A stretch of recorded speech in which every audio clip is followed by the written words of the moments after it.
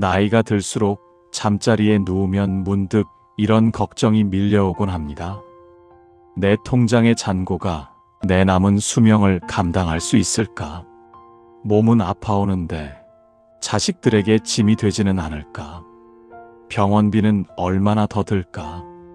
요양원에 들어가야 한다면 그 비용은 어디서 마련할까? 이런 생각들이 꼬리에 꼬리를 물고 이어지면서 밤은 깊어만 갑니다. 여러분도 이런 밤을 보내신 적 있지 않습니까? 지금 이 순간에도 가슴 한편이 무겁게 눌리는 그 느낌, 저는 압니다. 우리는 평생을 더 많이 가지기 위해 달려왔습니다.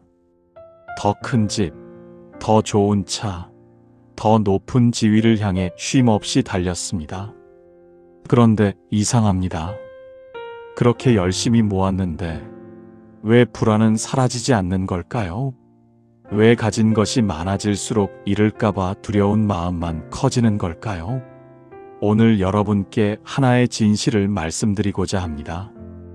노년의 불안은 통장의 잔고가 부족해서가 아닙니다. 가진 것을 잃을까봐 두려워하는 마음, 그 집착에서 시작됩니다. 그렇다면 우리는 어떻게 이 불안의 굴레에서 벗어날 수 있을까요? 오늘은 노년의 경제적 불안을 잠재우고 진정한 자유를 얻는 길에 대해 깊이 이야기 나누어 보겠습니다. 물질의 단순함과 정신의 풍요, 이 두 날개로 우리는 불안이라는 어둠을 넘어 평화라는 빛으로 날아갈 수 있습니다. 이 영상이 여러분의 마음에 평화를 가져다 줄 수 있다면 구독 버튼을 눌러주세요. 좋아요는 더 많은 시니어분들에게 이 메시지를 전하는 힘이 됩니다. 지금 바로 눌러주시고 끝까지 함께 해주세요. 고대 그리스의 철학자 에피쿠로스는 이렇게 말했습니다. 작은 것에 만족하지 못하는 사람은 그 어떤 것에도 만족할 수 없다고 말입니다. 이 말이 왜 노년의 우리에게 중요할까요? 서울 마포구에 사시는 72살의 김영숙 씨의 이야기를 들어보시겠습니까? 김영숙 씨는 평생 성실하게 사신 분입니다. 남편과 함께 작은 가게를 운영하며 자식 셋을 대학까지 보냈습니다. 노후 자금도 나름 준비했습니다. 예금과 적금을 합쳐 약 2억 원, 아파트 한 채가 있었습니다. 객관적으로 보면 결코 가난한 노후가 아니었습니다. 그런데 김영숙 씨는 매일 불안에 떨었습니다. 같은 아파트 단지에 사는 친구들을 보면서였습니다. 누구는 자식이 외제차를 사줬다더라. 누구는 제주도에 별장이 있다더라. 누구는 손자 손녀 교육비를 다 대준다더라 하는 이야기들이 귀에 들어올 때마다 김영숙 씨의 2억 원은 초라하게 느껴졌습니다. 그래서 김영숙 씨는 자식들 앞에서 당당하지 못했습니다. 명절 때 용돈을 줄 때도 눈치를 봤습니다. 다른 집에 비하면 적은 금액이라고 생각했기 때문입니다. 김영숙 씨의 불안은 돈이 부족해서가 아니었습니다. 남과 비교하는 마음, 그 상대적 박탈감에서 비롯된 것이었습니다. 노년의 빈곤이 무서운 진짜 이유가 바로 여기에 있습니다. 절대적 빈곤보다 상대적 박탈감이 우리를 더 깊은 불행으로 몰아넣습니다. 남과 비교하며 품위를 유지하려 할 때 우리의 노후 자금은 모래알처럼 빠져나갑니다. 더 큰 문제는 아무리 많이 가져도 그 비교는 끝이 없다는 사실입니다. 위를 보면 한이 없고 아래를 보면 끝이 없다는 말이 있지 않습니까? 우리가 가진 것으로 우리를 평가하는 순간 우리는 물질의 노예가 되어버립니다. 물질에 대한 집착은 또 다른 형태로도 나타납니다. 부산에 사시는 68살 박철수 씨의 경우를 보겠습니다. 박철수 씨는 평생 검소하게 사셨습니다. 담배도 안 피우고 술도 거의 안 드셨습니다. 외식도 거의 하지 않고 집에서 해먹는 것으로 만족하셨습니다. 그런데 박철수 씨에게는 한 가지 집착이 있었습니다. 바로 돈을 쓰지 않는 것 자체에 대한 집착이었습니다. 병원에 가야 할 정도로 아파도 참았습니다. 약국에서 파는 싼 진통제로 버텼습니다. 영양제도 사 먹지 않았습니다. 겨울에 난방비가 아까워 두꺼운 옷을 여러 겹 입고 지냈습니다. 자식들이 맛있는 것 사드리겠다고 해도 사양했습니다. 돈 아껴서 뭐 하냐며 권하면 괜찮다고 손사래를 쳤습니다. 박철수 씨의 통장 잔고는 점점 늘어났습니다. 하지만 박철수 씨의 삶의 질은 점점 떨어졌습니다. 건강도 나빠졌습니다. 결국 70살이 되던 해에 박철수 씨는 쓰러지셨습니다.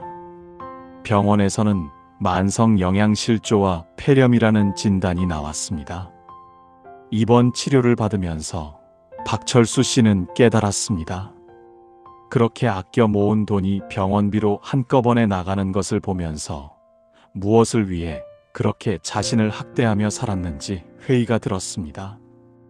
이것이 바로 물질에 대한 잘못된 집착이 만들어내는 비극입니다. 많이 가지려는 집착도 문제지만 쓰지 않으려는 집착 역시 우리를 불행하게 만듭니다. 집착의 뿌리는 무엇일까요? 바로 두려움입니다. 미래에 대한 불확실성, 자식에게 짐이 될까 하는 걱정, 품위를 잃을까 하는 불안. 이 모든 두려움이 물질에 대한 집착을 낳습니다. 하지만 아이러니하게도 그 집착이 두려움을 더 키웁니다. 가지면 가질수록 잃을까봐 더 두렵고 안 쓰면 안 쓸수록 언제 써야 할지 더 불안해집니다. 이 악순환의 고리를 끊지 않으면 우리는 평생 모은 재산을 가지고도 가난한 마음으로 살아가게 됩니다. 그렇다면 이 집착에서 어떻게 벗어날 수 있을까요? 첫 번째 단계는 인정하는 것입니다.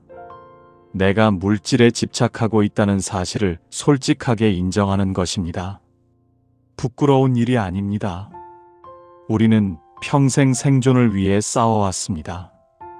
가난을 경험했거나 목격한 세대입니다. 물질에 집착하는 것은 어쩌면 당연한 반응입니다. 하지만 이제는 달라져야 합니다. 생존의 시기는 지났습니다. 이제는 존재의 시기입니다. 나는 누구인가를 돌아보고 어떻게 살 것인가를 선택하는 시기입니다. 두 번째 단계는 구별하는 것입니다. 필요와 욕망을 구별해야 합니다. 내가 정말 필요로 하는 것은 무엇이고 남에게 보이기 위한 욕망은 무엇인지 명확히 구분해야 합니다. 예를 들어 볼까요? 따뜻한 집은 필요입니다. 하지만 그 집이 고급 아파트여야 할 필요는 없습니다. 건강한 음식은 필요합니다. 하지만 그것이 비싼 레스토랑 음식일 필요는 없습니다. 편안한 옷은 필요합니다. 하지만 그것이 명품 브랜드일 필요는 없습니다. 필요는 충족되면 만족을 가져다 줍니다. 하지만 욕망은 채워도 끝이 없습니다. 우리가 붙들고 있는 것들 중 얼마나 많은 것들이 진짜 필요가 아니라 욕망인지 한번 살펴보세요. 세 번째 단계는 놓아주는 것입니다. 진짜 필요가 아닌 것들을 과감히 놓아주는 것입니다. 이것이 바로 물질의 단순함으로 가는 첫걸음입니다. 놓아준다는 것은 포기하는 것이 아닙니다.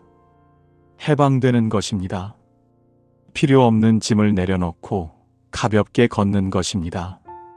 집착의 무게를 깨닫는 순간 우리는 비로소 자유를 향한 문 앞에 서게 됩니다. 물질적으로 단순해진다는 것은 무엇을 의미할까요?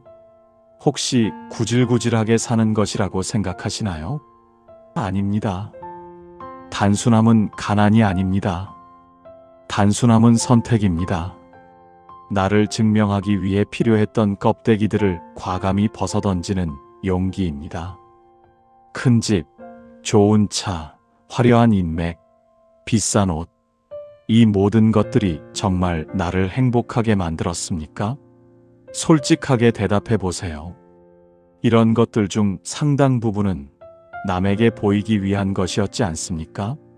내가 여전히 괜찮은 사람이라는 것을 증명하기 위한 도구였지 않습니까? 하지만 노년에 이르면 깨닫게 됩니다. 증명할 필요가 없다는 것을 말입니다. 이미 증명은 끝났습니다. 우리는 평생을 살아왔습니다. 일했고, 사랑했고, 자식을 키웠고, 사회에 기여했습니다. 더 이상 누구에게도 무엇도 증명할 필요가 없습니다. 인천에 사시는 70살 이명자 씨의 이야기를 들어보겠습니다. 이명자 씨는 3년 전에 남편을 여의었습니다. 슬픔을 딛고 홀로 살아가던 이명자 씨는 어느 날 큰 결심을 했습니다. 40평짜리 아파트를 팔고 20평짜리 작은 아파트로 이사하기로 한 것입니다. 주변 사람들은 말렸습니다. 자식들도 반대했습니다. 나이 들어서 집을 줄이면 초라해 보인다고 말했습니다. 하지만 이명자 씨의 생각은 달랐습니다. 혼자 사는데 큰 집이 필요 없었습니다. 방 3개를 청소하고 관리하는 것도 힘들었습니다. 난방비와 관리비도 부담이었습니다. 무엇보다 큰 집은 쓸쓸했습니다. 빈 방들이 남편의 부재를 더 크게 느끼게 했습니다. 이명자 씨는 이사를 단행했습니다. 집을 옮기면서 많은 것들을 정리했습니다. 50년 가까이 모아온 살림살이 중 절반 이상을 버렸습니다. 남편의 옷, 자식들의 오래된 물건들, 언젠가 쓸 거라고 모아둔 것들, 손님용으로 사둔 식기들, 이 모든 것들을 정리했습니다. 처음에는 아쉬웠습니다. 추억이 담긴 물건들을 버리는 것이 쉽지 않았습니다. 하지만 점점 가벼워지는 느낌이 들었습니다. 물건을 버릴 때마다 마음의 짐도 함께 내려놓는 기분이었습니다. 작은 집으로 이사한 후 이명자 씨의 삶은 변했습니다. 아파트를 팔아 생긴 돈으로 여유가 생겼습니다. 관리비와 난방비가 줄어서 생활비 부담도 줄었습니다. 청소와 정리가 쉬워져서 시간적 여유도 생겼습니다. 무엇보다 마음이 가벼워졌습니다. 큰 집을 유지해야 한다는 부담에서 해방되었습니다. 이명자 씨는 생긴 여유로 하고 싶었던 것들을 하기 시작했습니다. 수채화 배우기, 동네 도서관에서 책 읽기, 복지관에서 친구들 만나기, 이런 것들이 이명자 씨의 새로운 일상이 되었습니다. 지금 이명자님은 말합니다. 집을 줄인 것이 인생 후반전 최고의 선택이었다고 말입니다. 물질을 비운 자리에 진짜 삶이 들어왔다고 말입니다. 단순함의 지혜는 무엇을 버릴 것인가를 아는 것입니다. 우리는 평생 무엇을 얻을 것인가만 생각하며 살았습니다. 하지만 노년은 무엇을 놓을 것인가를 배우는 시간입니다. 필요 없는 물건을 버리세요.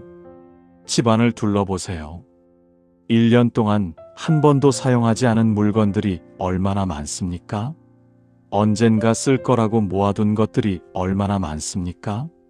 이것들은 공간만 차지할 뿐 아무런 가치가 없습니다. 과감히 버리거나 필요한 사람에게 나눠주세요. 버리는 것이 아깝다는 생각이 든다면 이렇게 생각해 보세요. 이 물건을 보관하는 데 드는 공간의 가치는 얼마인가? 이 물건을 관리하는 데 드는 시간과 에너지는 얼마인가? 계산해 보면 버리는 것이 훨씬 이득입니다. 필요 없는 관계도 정리하세요. 억지로 만나는 모임, 형식적인 인사, 체면 때문에 유지하는 관계들을 돌아보세요.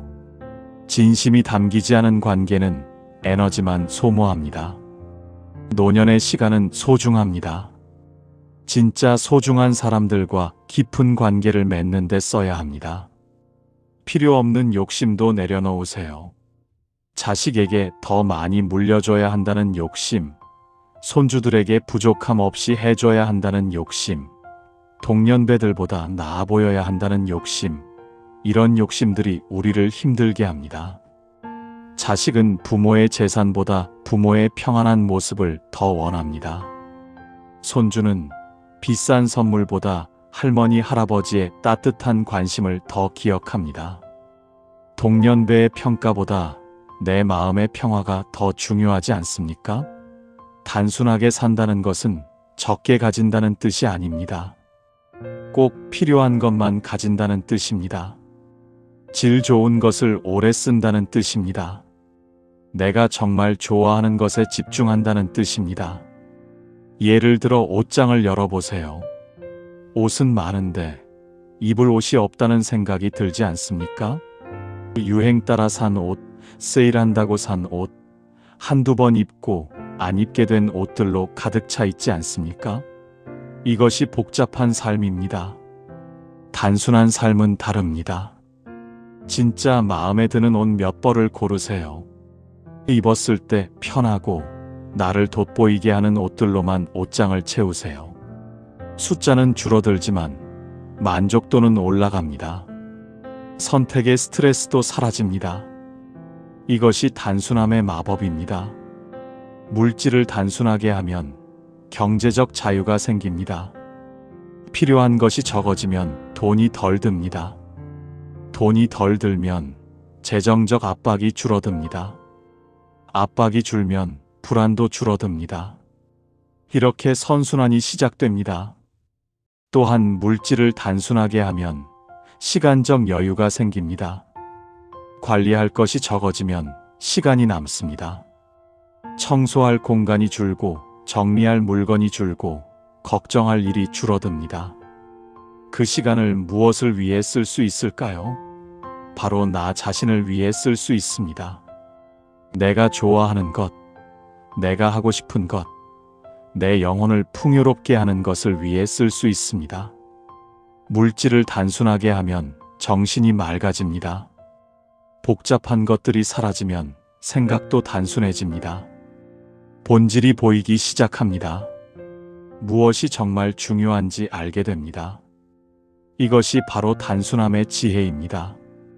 적게 가지되 풍요롭게 사는 기술입니다.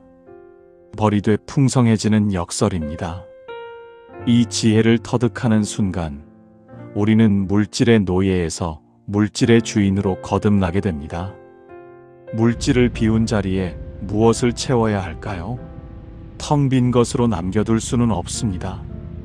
빈 공간은 다시 쓸데없는 것들로 채워지기 쉽습니다. 그렇다면 무엇으로 채워야 할까요? 바로 정신의 풍요로 채워야 합니다. 아무리 돈이 많아도 마음이 빈곤한 노년은 고독하고 괴롭습니다. 통장 잔고가 10자리 수여도 영혼이 메말랐다면 그 사람은 가난한 것입니다. 반대로 가진 것이 적어도 내면이 단단한 사람은 결코 흔들리지 않습니다. 정신이 풍요로운 사람은 외부 환경에 좌우되지 않습니다. 시장이 폭락해도 평온하고 주변 사람들이 흔들려도 중심을 잃지 않습니다. 이것이 바로 우리가 추구해야 할 진짜 부입니다. 정신적 풍요는 거창한 것이 아닙니다. 멀리 있는 것도 아닙니다. 우리의 일상 속에 이미 있습니다. 다만 우리가 알아차리지 못했을 뿐입니다. 대구에 사시는 67살 정수진 씨의 이야기를 들어보겠습니다. 정수진 씨는 2년 전 유방암 진단을 받았습니다. 수술과 항암 치료를 받았습니다. 다행히 완치 판정을 받았지만 그 과정은 고통스러웠습니다. 몸도 힘들었지만 마음은 더 힘들었습니다. 왜 나에게 이런 일이 생겼을까 하는 원망, 재발하면 어떡하나 하는 두려움, 자식들에게 부담을 주는 것 같아 미안한 마음, 이런 감정들이 정수진 씨를 짓눌렀습니다. 어느 날 정수진 씨는 병원 창밖을 내다보다가 문득 한 그루의 나무를 보게 되었습니다. 벚나무였습니다. 봄이었고 벚꽃이 만개해 있었습니다. 정수진 씨는 그 나무를 오래 바라봤습니다. 꽃잎이 바람에 흩날리는 모습을 지켜봤습니다. 그러다 눈물이 났습니다. 그 나무는 매년 봄이면 꽃을 피웁니다. 아무도 알아주지 않아도 피웁니다. 누가 보든 안 보든 최선을 다해 피웁니다. 그리고 때가 되면 꽃잎을 떨구고 새 잎을 틔웁니다. 원망도 없고 두려움도 없이 그저 자신의 본성대로 살아갑니다. 정수진 씨는 그날 깨달았습니다. 살아있다는 것 자체가 축복이라는 것을 말입니다. 꽃을 볼 수 있다는 것, 바람을 느낄 수 있다는 것, 숨을 쉴 수 있다는 것, 이 모든 것이 기적이라는 것을 말입니다. 그날 이후 정수진 씨의 삶이 변했습니다. 매일 아침 산책을 나가기 시작했습니다. 동네 뒷산을 천천히 걸으며 자연을 관찰했습니다. 계절마다 피는 꽃들, 나무의 변화, 새들의 지저귀임, 이런 것들에 주의를 기울였습니다. 작은 수첩을 가지고 다니며 발견한 것들을 기록했습니다. 오늘 본 꽃의 이름, 새소리, 느낀 감정들을 적었습니다. 집에 돌아와서는 그림을 그리기 시작했습니다. 전문적인 그림이 아니었습니다. 본 것을 간단하게 스케치하고 색연필로 색을 칠하는 정도였습니다. 하지만 그 시간이 정수진 씨에게는 명상이었습니다. 그림을 그리는 동안에는 잡념이 사라졌습니다. 오직 눈앞의 색과 형태에만 집중했습니다. 그 집중이 마음의 평화를 가져다 주었습니다. 정수진 씨는 자신이 그린 그림들을 모아 작은 전시회를 열었습니다. 동네 복지관에서였습니다. 전문가의 작품은 아니었지만 진심이 담긴 그림이었습니다. 많은 사람들이 찾아와 격려해 주었습니다. 특히 같은 병을 앓고 있는 사람들이 큰 위로를 받았다고 했습니다. 정수진 씨는 말합니다. 암은 내게서 많은 것을 앗아갔지만 더 큰 것을 주었다고 말입니다. 진짜 소중한 것이 무엇인지 알게 해주었다고 말입니다. 매일 아침 눈을 뜰 수 있다는 것, 꽃을 볼 수 있다는 것, 그림을 그릴 수 있다는 것, 이런 작은 것들이 얼마나 큰 행복인지 깨닫게 해주었다고 말입니다. 지금 정수진 씨의 통장 잔고는 치료비로 많이 줄었습니다. 하지만 정수진 씨의 마음은 어느 때보다 풍요롭습니다. 돈으로 살 수 없는 기쁨으로 가득 차 있습니다. 정신적 풍요를 만드는 첫 번째 요소는 배움입니다. 나이가 들어도 배움은 계속되어야 합니다. 아니, 나이가 들수록 배움이 더 중요합니다. 배움은 우리의 뇌를 활성화시킵니다. 치매를 예방합니다. 무엇보다 삶에 활력을 불어넣습니다. 새로운 것을 배울 때 우리는 다시 젊어집니다. 호기심이 생기고 열정이 생깁니다.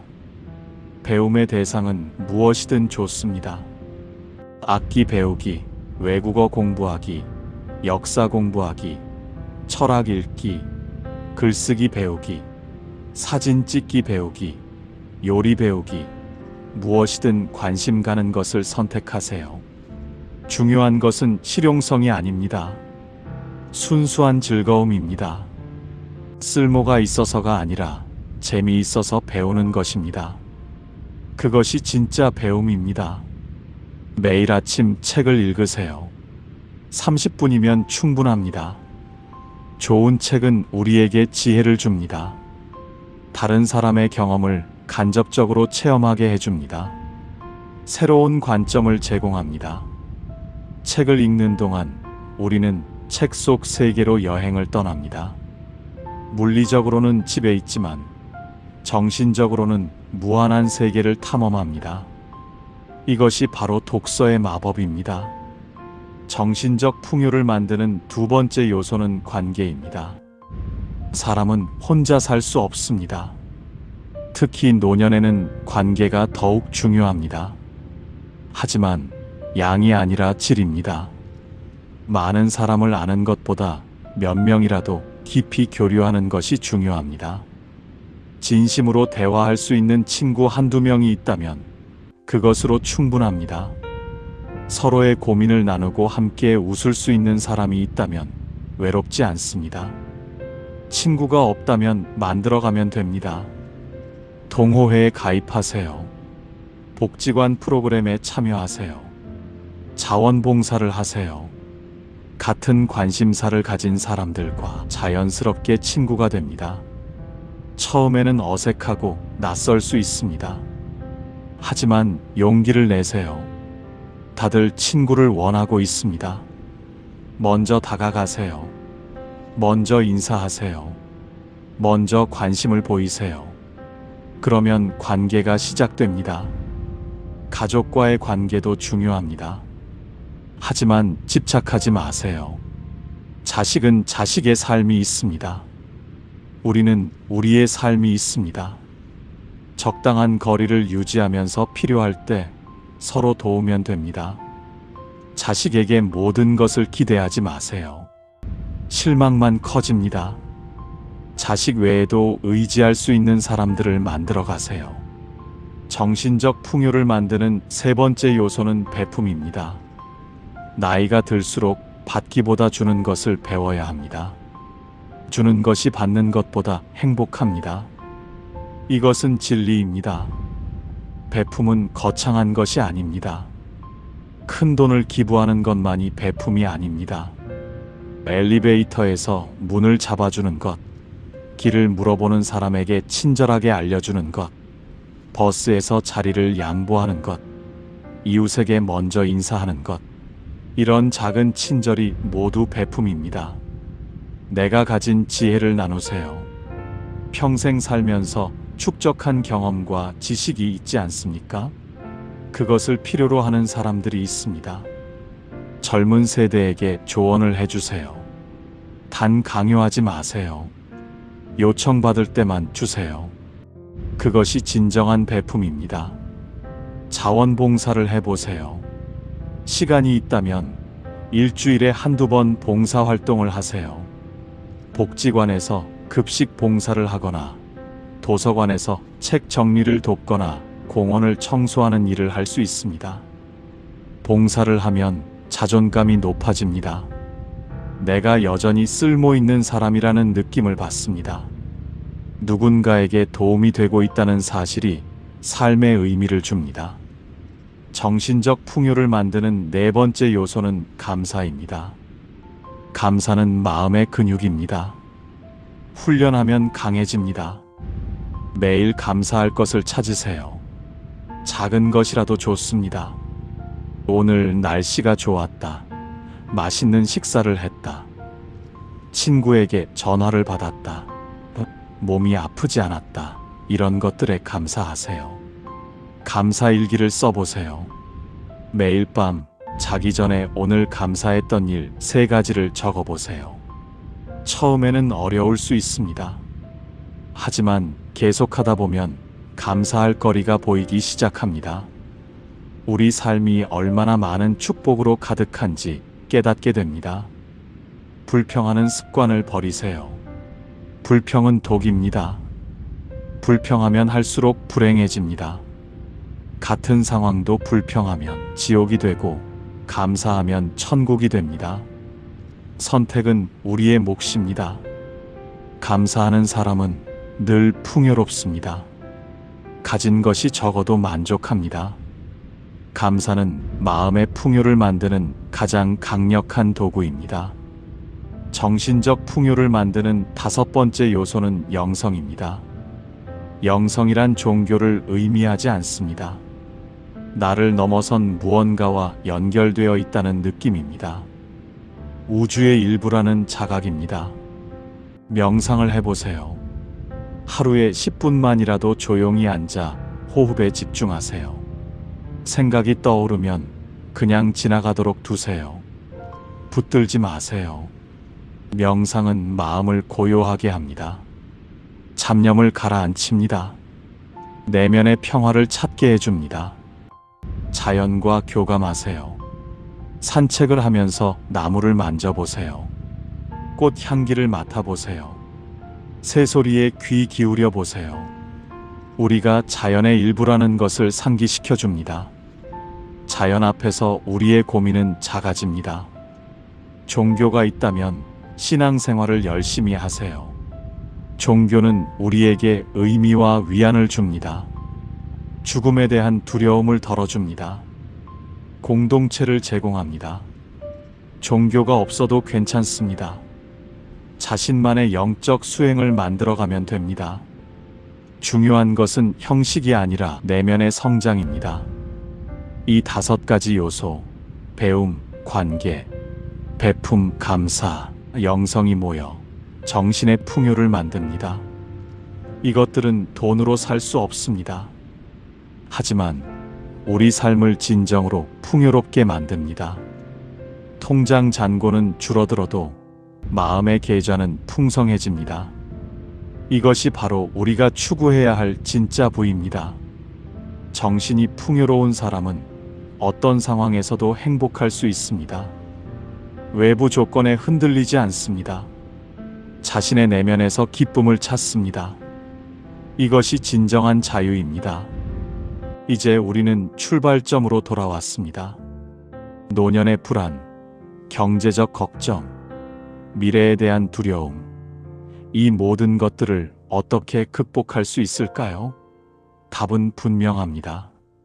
물질의 단순함과 정신의 풍요, 이 2가지를 동시에 추구하는 것입니다. 하나만으로는 부족합니다. 물질만 단순하게 하고 정신은 메말라 있다면 궁핍한 삶이 됩니다. 반대로 정신만 풍요롭고 물질적 기반이 전혀 없다면 현실적 어려움을 겪게 됩니다. 둘이 조화를 이룰 때 진정한 자유가 옵니다. 노년은 상실의 시기가 아닙니다. 정수의 시기입니다. 불필요한 것들을 걷어내고 내 인생에서 가장 소중한 본질만 남기는 시간입니다. 젊었을 때는 많은 것이 필요했습니다. 가족을 부양해야 했고, 사회적 지위를 만들어야 했고, 미래를 준비해야 했습니다. 그래서 복잡했습니다. 많은 것을 동시에 추구해야 했습니다. 하지만 이제는 다릅니다. 의무에서 자유로워졌습니다. 누구에게도 증명할 필요가 없습니다.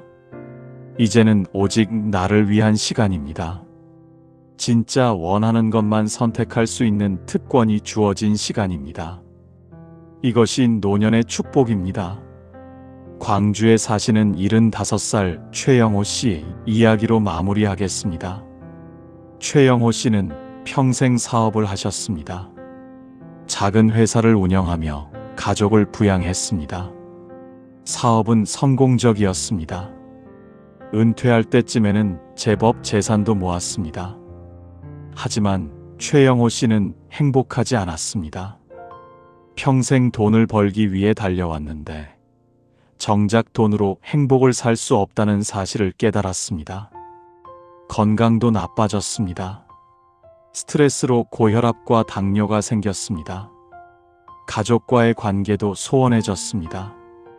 일에만 매달리느라 가족과 시간을 보내지 못했기 때문입니다. 70살이 되던 해 최영호 씨는 큰 결단을 내렸습니다. 회사를 정리하고 시골로 내려가기로 한 것입니다. 주변 사람들은 이해하지 못했습니다. 잘 나가는 사업을 왜 접느냐고 물었습니다. 서울을 떠나 시골에 가면 불편하지 않겠느냐고 걱정했습니다. 하지만 최영호 씨의 마음은 확고했습니다. 전남 순천의 작은 마을에 오래된 한옥을 구입했습니다. 크지 않은 집이었습니다. 마당이 있고 텃밭을 가꿀 수 있는 공간이 있었습니다. 그것으로 충분했습니다. 서울의 아파트를 팔아 이사 비용을 마련하고 남은 돈은 자식들에게 나눠줬습니다. 많은 재산을 남기지 않아도 된다고 생각했습니다. 자식들은 각자 잘 살고 있었고 부모의 재산에 의지하지 않았습니다. 시골에서 최영호 씨 새로운 삶이 시작되었습니다. 아침에 일어나면 마당을 쓸고 텃밭을 돌봤습니다. 상추, 고추, 토마토 같은 채소를 키웠습니다. 농사 경험이 없어서 처음에는 서툴렀습니다. 하지만 이웃 할아버지들이 도와주었습니다. 언제 씨를 뿌리고 언제 물을 주고 어떻게 가꿔야 하는지 알려주었습니다. 땀 흘려 일하고 나면 몸은 피곤했지만 마음은 평온했습니다. 자연과 함께 호흡하는 느낌이었습니다. 점심 후에는 책을 읽었습니다. 평생 하고 싶었지만 시간이 없어 못했던 독서를 실컷 했습니다. 동네 도서관에서 책을 빌려 읽었습니다. 역사책, 철학책, 시집, 소설, 장르를 가리지 않고 읽었습니다. 읽으면서 새로운 세계가 열렸습니다. 살아온 세월 동안 놓쳤던 것들이 보였습니다. 저녁에는 동네 사람들과 어울렸습니다. 마을 회관에 모여 차를 마시며 이야기를 나눴습니다. 서울에 있을 때는 이웃이 누군지도 몰랐습니다. 하지만 이곳에서는 달랐습니다. 모두가 서로를 알았고 서로를 돌봤습니다. 누가 아프면 함께 걱정하고 좋은 일이 있으면 함께 기뻐했습니다. 이것이 진짜 공동체라는 것을 최영호 씨는 처음 알았습니다. 최영호 씨는 마을에 작은 도서관을 만들었습니다. 자신이 읽은 책들을 기증하고 책장을 기부했습니다. 아이들이 와서 책을 읽을 수 있도록 했습니다. 일주일에 한 번은 아이들에게 이야기를 들려주었습니다. 최영호 씨의 인생 경험을 쉽게 풀어서 들려주었습니다. 아이들은 할아버지의 이야기를 재미있어 했습니다. 최영호 씨는 그 시간이 가장 행복했습니다. 지금 최영호 씨의 수입은 연금이 전부입니다. 서울에 있을 때와 비교하면 10분의 1도 안 됩니다. 하지만 지출도 적습니다. 집세도 없고 교통비도 거의 안 듭니다. 텃밭에서 채소를 키우니 장보는 비용도 줄었습니다. 무엇보다 쓸데없는 소비가 사라졌습니다. 과시할 사람도 없고 경쟁할 대상도 없으니 필요한 것만 삽니다. 그래서 연금으로도 충분히 살 수 있습니다. 오히려 돈이 남아서 조금씩 모아 필요한 곳에 기부합니다. 최영호 씨는 말합니다. 시골로 내려온 것이 인생 최고의 선택이었다고 말입니다. 서울에 있을 때는 많이 가졌지만 늘 불안했다고 말입니다. 지금은 적게 가졌지만 마음이 풍요롭다고 말입니다. 돈으로 살 수 없는 것들이 얼마나 많은지 이제야 알았다고 말입니다. 아침 햇살의 따스함, 바람의 시원함, 이웃의 따뜻한 인사, 텃밭에서 자란 토마토의 맛, 책 읽는 즐거움, 아이들의 웃음소리, 이 모든 것이 공짜라고 말입니다. 최영호 씨의 이야기는 우리에게 중요한 교훈을 줍니다. 진정한 자유는 많이 가지는 데 있지 않습니다. 적절히 가지고 풍요롭게 사는 데 있습니다. 물질을 단순하게 하면 돈의 노예에서 벗어날 수 있습니다. 필요한 것이 적어지면 경제적 압박도 줄어듭니다. 압박이 줄면 불안도 사라집니다. 그리고 정신을 풍요롭게 하면 세월의 흐름을 두려워하지 않게 됩니다. 나이가 들어도 배울 것이 있고 할 일이 있고 즐거움이 있으면 늙음이 두렵지 않습니다. 오히려 나이 듦이 축복이 됩니다. 더 지혜로워지고 더 자유로워지고 더 평온해지기 때문입니다. 이것이 바로 노년이 누릴 수 있는 최고의 사치이자 진정한 자유입니다. 자유란 무엇입니까? 하고 싶은 것을 마음대로 할 수 있는 상태입니까? 아닙니다. 진정한 자유는 하고 싶지 않은 것을 하지 않아도 되는 상태입니다. 억지로 만나지 않아도 되고, 억지로 웃지 않아도 되고, 억지로 참지 않아도 되는 상태입니다. 나 자신으로 충분한 상태입니다. 이런 자유는 돈으로 살 수 없습니다. 권력으로도 얻을 수 없습니다. 오직 내면의 성숙을 통해서만 얻을 수 있습니다. 물질에 대한 집착을 내려놓고 정신을 풍요롭게 가꿀 때 비로소 우리는 자유로워집니다. 여러분은 지금 자유롭습니까? 혹시 통장 잔고에 매여 있지는 않습니까? 자식의 평가에 매여 있지는 않습니까? 남의 시선에 매여 있지는 않습니까? 만약 그렇다면 아직 자유롭지 못한 것입니다. 진정한 자유를 얻으려면 용기가 필요합니다. 익숙한 것을 버리는 용기, 남과 다르게 사는 용기, 나 자신을 믿는 용기가 필요합니다. 쉽지 않습니다. 평생 살아온 방식을 바꾸는 것은 두렵습니다. 하지만 해볼 만한 가치가 있습니다. 남은 인생을 불안 속에서 보낼 것인가, 평화 속에서 보낼 것인가는 바로 지금 이 순간 우리의 선택에 달려 있습니다. 오늘부터 시작해 보세요. 작은 것부터 시작하세요. 집안의 물건 하나를 정리하는 것부터 시작할 수 있습니다. 오늘 감사할 일 하나를 찾는 것부터 시작할 수 있습니다. 책 한 권을 펼치는 것부터 시작할 수 있습니다. 작은 시작이 모여 큰 변화를 만듭니다. 한 걸음씩 나아가다 보면 어느새 우리는 다른 풍경을 보게 됩니다. 불안이 사라진 자리에 평화가 찾아옵니다. 집착이 사라진 자리에 자유가 찾아옵니다.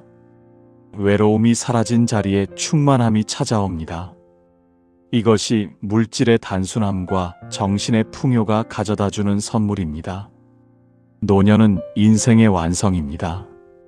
마지막 장을 어떻게 쓸 것인가는 우리의 몫입니다. 불안과 두려움으로 채울 것인가, 평화와 감사로 채울 것인가는 우리의 선택입니다. 여러분은 이미 충분히 살아왔습니다. 충분히 일했고, 충분히 노력했습니다. 이제는 자격이 있습니다. 편안하게 쉴 자격, 마음 편히 살 자격, 행복할 자격이 있습니다. 그 자격을 스스로에게 허락하세요. 불안은 안개와 같습니다. 실체가 없습니다. 마음에 해가 뜨면 순식간에 사라집니다. 그 해를 띄우는 것은 바로 여러분 자신입니다. 물질을 단순하게 하고 정신을 풍요롭게 하는 것, 그것이 마음의 해를 띄우는 방법입니다. 여러분은 이미 충분히 고귀하고 풍요로운 존재입니다. 통장 잔고가 여러분의 가치를 결정하지 않습니다. 남의 평가가 여러분의 가치를 좌우하지 않습니다. 여러분 존재 자체가 가치입니다. 이 사실을 기억하세요. 그리고 그에 합당하게 사세요. 오늘 영상이 여러분의 마음에 평화를 가져다 주었기를 바랍니다. 구독 버튼을 눌러주시면 더 많은 지혜와 위로의 메시지를 받아보실 수 있습니다. 좋아요는 이 메시지가 더 많은 시니어분들에게 전해지는 힘이 됩니다. 댓글로 여러분의 생각을 나눠주세요. 여러분의 경험과 지혜가 다른 분들에게 큰 도움이 될 것입니다. 알림 설정을 해두시면 새로운 영상을 가장 먼저 받아보실 수 있습니다. 오늘도 평온한 하루 되세요. 감사합니다.